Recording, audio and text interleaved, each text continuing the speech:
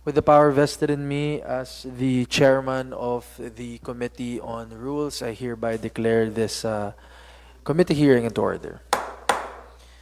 Good afternoon po.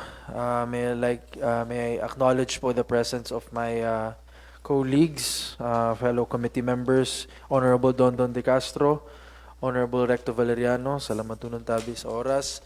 And syempre po, may resource person din po kita sa niyan, si Boss Excel Zuniga po, representing the Mayor's Office. So, under our agenda for today, item number 2, skip po muna natin yung number 1 since we are still waiting for some of our invited resource persons. So, sa number 2 po, proposed ordinance, resolution po ina.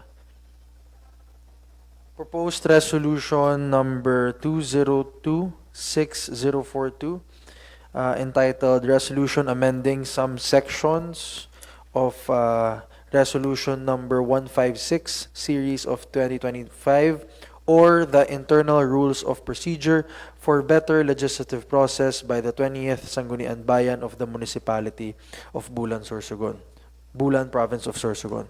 So this resolution po was brought by the recent difficulties po that the Sangguniang Bayan had to face with regard to measures that have been certified as urgent by the local chief executive. So, bali ang nangyayari po, minsan po nakaka-receive po kami sa measures po na may nakatatak na certified urgent ni Mayor Gordola po. Tapos mayon po kaming mga gusto kunta ihapot na o mga concerns po sa bawat measures. Although more often than not, wala pong available person or representative to answer our queries. Just to clarify lang din po, under the local government code, si local chief executive po is granted the power to certify measures as urgent, but yung power po na yun, it will only render the 3-reading rule suspended under the local government code. Actually, nasa IRR po yun eh. But if we follow the rule provided under the Constitution, so ang president po, pag nag-certify siya ng isang batas na urgent, ang hinihimo po sa Congress, usually po baga, ang batas nag-aagi po sa 3 readings. So may first reading, 3 readings on 3 separate days. So first reading na separate day, second reading, separate day, third reading. So sa Constitution po, kapag nag-certify po ang President sa batas na urgent, meaning kaipuhan na talaga po ipasa tulos, ang dinidispense po is yung 3 separate days. Although may 3 readings pa rin na nangyayari, pwede na po siyang himuon na saro na adlaw lang. So, by analogy, mao din tabi an inadopt na rule sa local government code. But it was actually reflected lang sa IRR sa local government code. So, given that, the reason why I mentioned that is the power granted to the local chief executive to certify measures as urgent does not actually mandate us or require us to automatically approve yung mga measures po. Ang sinususpend lang niya po yung usual process kasi nga po nagmamadali. So with that being said, we still reserve the right to maski pa pan o himayin yung mga matters involved sa measures para lang din po for transparency and a healthier legislative process. So given that, kung wala pong napapadalang representative ang local chief executive, kami po sa Sangguniang Bayan, nahihirapan po kaming hulaan kung ano po ang intention, kung ano po ang purpose, kung ano po ang design ng kung ano mang measure na sinasalang po sa ato local chief executive.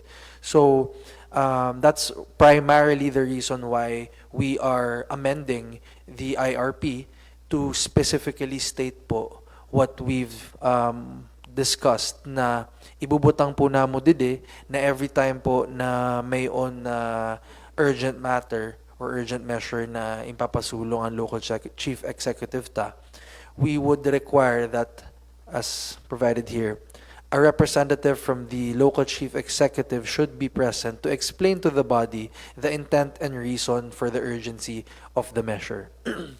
Mao lang naman po yung pinaka-primary concern. Yes po. Sorry. Ini na hinimo niyo kay talagang dili na magpara tangkod kundi kun ang resource person niya di talagang masisimbag. Opo.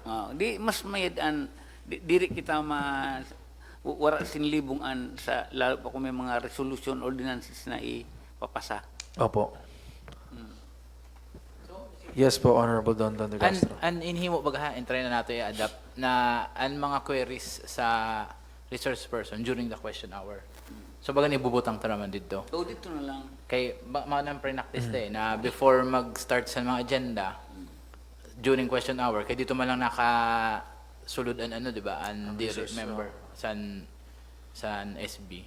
Mao. So ibubutang taman ha. No, kay kun Mr. Chair kung mahulat pa dito sa kuan Sa last part. Sa last part, di kung may mga lakawon ang kuan. Mas may dito na hinimo niyo mas okay dito na pag-abot sa question hour dito na isa lang. Total baga, pag abot naman dito, di natakil na, di may na lang niyo i-approve. Tapos an inihimo namo niyan if I may share. Kunwari urgent nagkataon ngayon na talagang sa nano na rason dili naka-attend ang resource person, di na namo siya in-refer pa kato sa committee. Parang second reading na. Mao. Kasi para ready na naman siya for next session na isa Kay lang. Mr. Chair, san una, pag sinabi na ordin, dili naman kakadto sa Committee level. Hindi rin na po. Niyan lang po, nangyayari po yun kasi nga hindi po nasasagot yung mga questions namin. So instead of disapproving or archiving it, in-refer namin sa committee hearing para doon na lang po hatagan sa oras yung mayor's office po. Kaya kung hani, nangalas man ako kung ano. Nakanabalik na atras. O an urgent, nakakadto Nasa sa hearing. committee. Opo. Dapat dire. So man in practice niyan na pag urgent nga na during sa session wara ang resource person wara maka-clarify kung may kaipon i-clarify inbubutan sa second reading para for next session Okay. pag may clarification di ma-approve naman to. Pero saan yan, Mr. Chair, na natakil tayo Pirmin ini may resource person. Yeah. Pirmin na. So Salamat pag po. urgent may snack man sa Nangalas nga na ako. Wala pirmi. Mr. Che. So on the record po, no, since si Boss Excel naman po is here representing the mayor's office, amenable naman po yung mayor's office in this additional requirement po from the Sangguniang Bayan. Okay. Okay, salamat po. So wala na kita problema. Yes po, Honorable Recto Valeriano. May nabati ako sa tubagha sa Querétaro Padicito. Kaya ayaw ko lang kung pwede ini i-apply. Kaya I move for approval for the last and final reading under suspended rule. May sinasabi si Padicito May kanina nga. para madali no? Kaya lang, Sir, paano ka mag-approve kung suspended ang rules? Diri mabutangon na kita sa session Ang gihapon. ibig lang naman po sabihin ng pag sinususpend ng rules, hindi tayo stricto sa pag-implement It still applies, pero hindi lang po tayo stricto. Kay basta naging doon, irestoryahan. Pag kunwari ako na counselor, gusto ko pa aprobahan tulos. Sa sadiri ko, na kung ako lang, diri pwede kay collegiate body baga ha. So parang sa to na SB secretary, magpaaram gihapon sa body. And kung mag-okay ang body na wala mag-object sa body, parang overrule sa body, suspend and rule para ma-accommodate kung ano man yun na agenda na gusto. Parang gano'n na naging So may na-move na approval under suspended rules, doon na-accommodate. Kasi tapos may nalalang ako doon na parang 3 readings diba dapat ordinance. So minsan napapa-approve na siya hanggang 3rd reading basta mag-recess. Inhimo mi na yun. Oh, dati di ba? Oo, inhimo mi na. Marises, after 1 5 minute, minutes, 2 minutes. 5 minutes to 10 minutes, balik na naman. Hasta niyan, hihingi mo na to yun. Nahimo na to. Kasi maski sa DILG, ano yun eh, na-mention. Accepted practice siya. Sila. Parang same nung ano nga, di ba sabi mo yun sa Congress, na 3 readings in 1 day, parang gano'n. Nagre-recess sila.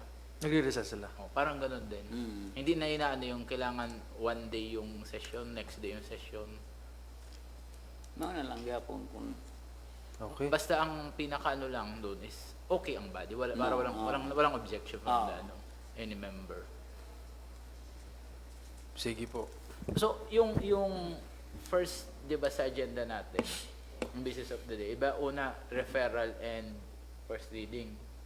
Yung mga nakalagay doon, pwede pa aprobahan or Ako, on the way I see it, parang nasa first reading, kunyari certified urgent. And then we suspend the rules to have it included sa second reading. Or we approve it ng first reading, tapos suspend the rules to include it sa second reading. yan nga eh. Saan ilalagay yung urgent? First reading pa rin dapat. Kasi lahat na naman talaga ng ordinances kailangan dumaan ng first reading, second reading, third reading. hindi, So, kasi urgent eh. Pag sinertify ng mayor na urgent, Urgent. hindi na doon sa business of the day, Oo. doon na rin sa first reading ulit. Mm. Tapos, i-discuss siya, then parang i-skip na niya ang Kasi regardless naman kung kung available naman yung resource person, Ah. everything is intact, ma-approve naman talaga siya on one regular session eh. Pero para lang hindi tayo mahanapan ng butas na bakit nasa second reading tulos, hindi ba na first reading. Tama man.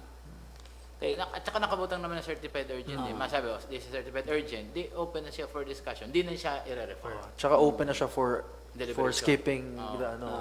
Kasi yung may certification. Ah. By the way, Mr. Chair, Yes po. napoproblemahan man lang baga nato pag rineperta sa land use. Pag sa land use baga medyo Problema. na problema. Palit chairman. Dapat. Sense na urgent resolution. Kaya Hindi rin. Ano, Depende yun ba nga, sabi nga ni counselor, ni attorney, pag urgent, di rin man ibig sabihin, automatically approve. depende sa I-discuss lang. Kaya siyempre baga, may mga urgent na kay puan man clarification, lalo na kung ma-entail sin liability ang gobyerno eh. Basta na pag-purchase and ingol. Oh, Siyempre. dapat talaga sumersus person. Pasiguruhin na, kompleto na talaga. Kaya ako, baga ko magkanindi, nakato kanining, nakato ako kanay. Ingo ko ang kuman. Kay, Treasurer. oo, kung ano. Kaya base, pag-out man didi, may simbag ka. Budget. Saro pa yung importante yung budget eh. Lalo pang budget. Kung may pundo ini, kung wala Available ini. ba ba? Yung mga priority man kita na dapat naman. Kasi hindi rin lang sa land use. Intiro na komitiba, pag urgent na may unsin, kung dapat may resource person. May prerogative yung sanggunian na kunwari sinertify urgent ni Mayor na i-refer natin sa committee. Bagang di, wala man yung sanuna. Paano kung kunwari, Alan, sorry. kunwari, yung case ni Carecto, si Mayor nag-certify ng urgent with regards kunwari sa purchase ng lote. So gusto niya pa-aprobahan kagad. Ano yan, wala bang prerogative ang sangguniang bayan na sabi, pwede bang ano natin sa committee para mas mapag-aralan ng mabuti? Meron naman po. So pwede man. Pwede pa rin. i-repair. Pwede Eh, pa rin. paano kung nandito na yung resource person lahat? Kung Basta kung masatisfy. hanggang Kung masatisfy. masatisfied sa resource Opo. person. Pero kung kulang kaya minsan, Kung wala na assessor, wala ang kuhan. halimbawa nga, pag hainan, sabihin tayo kaya, wala an assess or appraisal report. Appraisal, oh. So di rin man tulos-tulos na aprobahan. Okay, ang the best on, Sir Chair, pag may sin mga purchase of land, dapat yun na intiro sa iyo tigsarako. Ang copy. Actually, naniwa na mo pag kunwari an urgent baga may mga attachment na dapat, syempre, para kompleto na, kulang na sa hapot na hanap. Paghatag mo sun sa SB, sa secretariat, in-upload yun, intiro kami may copy na. Soft copy, nakaano sa online. Diri na sala niyo, kung diri aware ang sarot na member, kaya di na binuksan. Bagayan in-invite ka, kung di ka nagkato, diri na yun namo sala, sala mo, kaya di ka nagbutwa. Pero imbitado ka. So, intiro kami may furnishin copies every Friday, soft copy. So, may assumption ang secretariat na na-receive niyo, basahon niyo. Kung di niyo nabasa, diri masasala na dahil nga di sinabit sini. Maski man sa'yo mo sa executive, kunyari ikaw, nagdara ka di sin urgent, kompleto man ang dokumento, hinatag mo di sa sa SB staff, na-upload, na-send sa amo. Then during session may magsabi sin, wala man ako nabasa. Diri ka makasabi sin sala mo, kay diri mo natagan. Makasabi kasi, diri, naghatag ako sa office, in-upload sa iyo, sinend sa iyo. Kaya puro kami may copy actually. Mas okay lang yun. Friday pa lang, intiro kami may copy. Kopya na. May mga special cases lang. Paano natin i-treat yung ano? Minsan Lunes napadara si Mayor sin urgent eh. Tapos wala sa agenda. Oo. Parang mayo na inclusion yung sasabi. I-allow natin yun. So na yun, Mr. Chair. Alam mo, ang sabi ni Consel Dong na Hindi nakaabot na Friday. tapos na ang natin. Agenda. Tapos Lunes, may urgent si Mayor. Saan natin ikukuha yun? Others? Saan? Ako, I would still allow it po sa ano, sa Permission pwede pa rin siya, pwede pa rin siya makasulod. Bali doon ulit siya sa first reading. O total before pa man san session nakaka-provide na kamo sin copy. Di man during talaga. Di ba? Pag alas 8, alas 9, Early pa ba nagkakuha? nasabi si Tito Chin, may undidisin pahabol. Okay, may... That is klaro na sa iyo. Klaro na. Kung mapangis ka naman kita. Okay po. Okay. So, okay na po kita with regard to the requirement na may representative po from the local chief executive. In addition, may further comments lang po ko sa remaining 3 paragraphs. Sa second paragraph po, is it necessary pa po to delegate the authority to the Secretary of the Sangguniang Bayan to remind the Office of the Mayor? Kamo? Kayo? I mean, Hindi sabi ba redundant na siya and parang dagdag trabaho na siya? Di, parang ang purpose on, i-require na mo si an SB secretary na inform an executive. Parang gano'n. Inform lang o with... inform... Mr. Remind in Chair, writing eh. Remind or through letter? Kaya remind in writing. In writing. Pero ang mangyayari po kasi, kung yadiin every time na may certified urgent, kaipuhan mag-letter ni Secretary. If we already have this rule embodied in our IRR, bagan constructive notice na naman din po siya sa Mayor's office. What do you think? Kasi aware naman din yung Office of the Mayor, di ba, na kailangan meron talaga kayong representative, lalo na pag urgent matters. Kahit wala na yan. So, parang no need na i-remind Oo, kayo. Kasi nandito na nga ako. Tapos matawag si Mayor, Nani, hain ka! Di ba? Oh, mas lugod. Sabi ni kita kate. Wow, pag magsurat. Ay, kung di rin magsubayan na. Oh. So, magsalisihan ang letter. Magsalisihan ang letter. Hinahanap ka din, hain ka na naman. Hain din ka na naman. Para isang pambi. Buga-buga. No, wala. So, sa side ng executive, hindi naman kailangan na silang Hindi naman. inform in writing. Kasi meron naman kuwan. So, i-remove na po natin tong second paragraph. Okay, with regard naman po sa third paragraph, which states that this is part of the original, naman din talaga. Likewise, the Sanggunian may, on motion by any member, consider a proposed ordinance or resolution urgent and immediate consideration. Thereof shall be done by suspension of the rule of order of business. We have to remove this po since may DILG issuance that clarifies na only the local chief executive is granted the power by the local government code to categorize measures as urgent. So remove lang po yun Also, the last paragraph will have to suffer the same fate because may DILG issuance po explaining that the Sangguniang Bayan does not have the power to minimize the prerogative granted to the local chief executive. Kasi po didi, insasabi po nato na kapag ang certified urgent na measure may budgetary or financial matters, hindi daw po mag-a-apply yung rule, which is incorrect. Kasi po, nasa prerogative po ni mayor kung ano po ang urgent, regardless of kung ano po ang matters and nature ng concern. So, kaya po i-remove yung third and fourth paragraph. So, we are now left with section 47, simply the first paragraph lang po. Mr. Chair, with regard sa for example, sa mga committee hearings, ma-require kita na attendance sa mga members. Parang, di ba napag-usapan natin yun? Pati sa proper decorum. Ikaw, maano kita to? Kasi sa IRP kasi din yun eh. Yung IRP natin, strict actually siya sa session, sa regular session. Pero pagdating sa mga committee hearings, parang naging silent. So, hindi alam kung pwede ba naka-t-shirt, pwede ba anong dapat isuot, then yung attendance, like nung kumbaga na-observe tayo ng barangay officials, na sila daw pag pinapatawag ni Gob, lalo na pag yung matter is importante, pag hindi ka mag-attend, dapat may reason ka. So, napapadalan sila ng show cause order.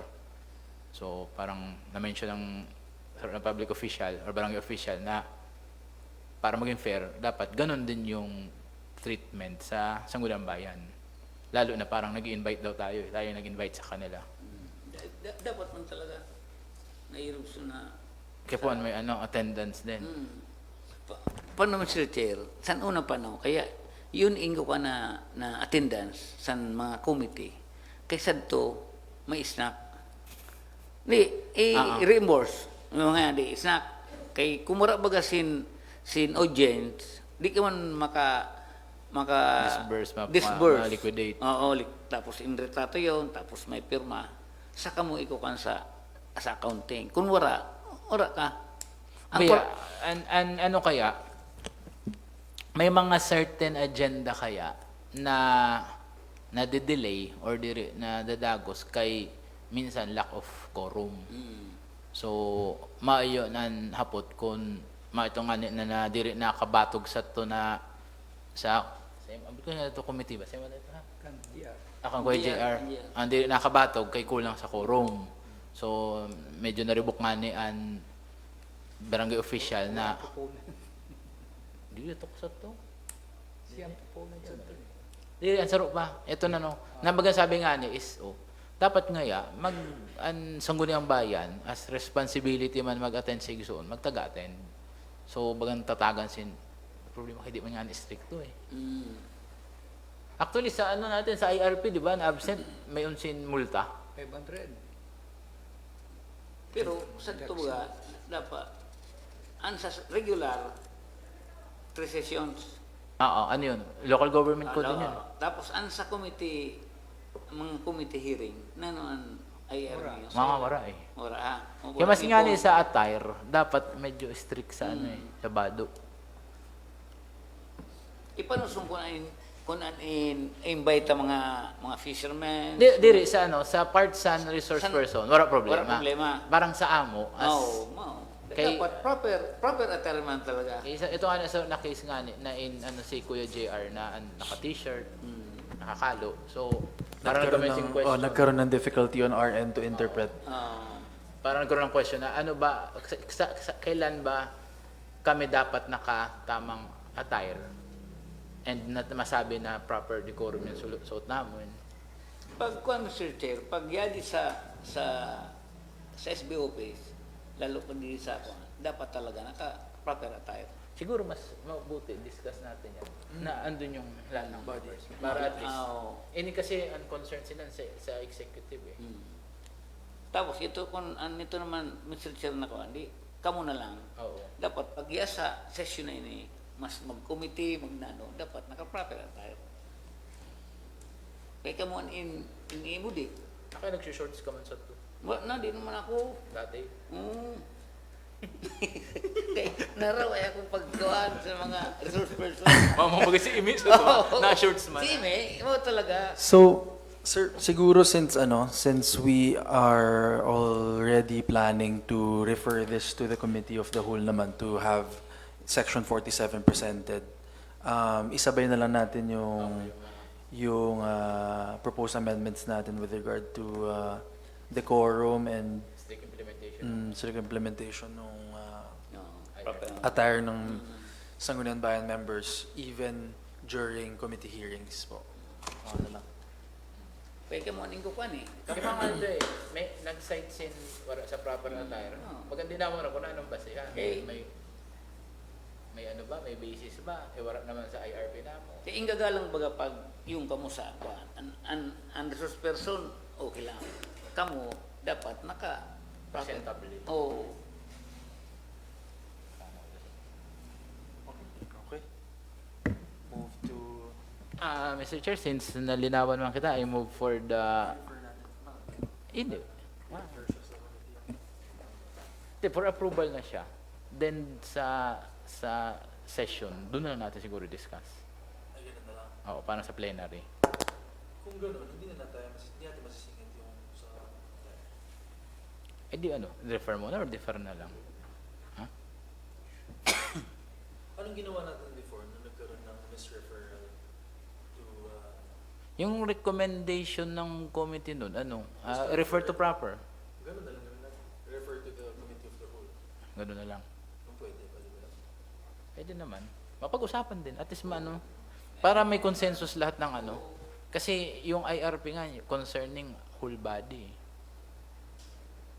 Ikaw, mas ano ba? Parang ano. At least ma-inform din lahat ng members. So, gano'n lang.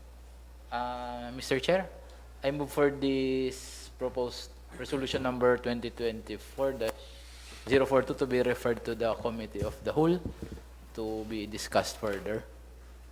Second demotion. Pursuant to the motion of Honorable Dondon De Castro, seconded by Honorable Recto Valeriano, the said proposed resolution is hereby recommended by this committee to be referred to the committee of the whole. Salamat po, Sir Excel. And with that, I hereby declare this committee hearing adjourned, Tabi.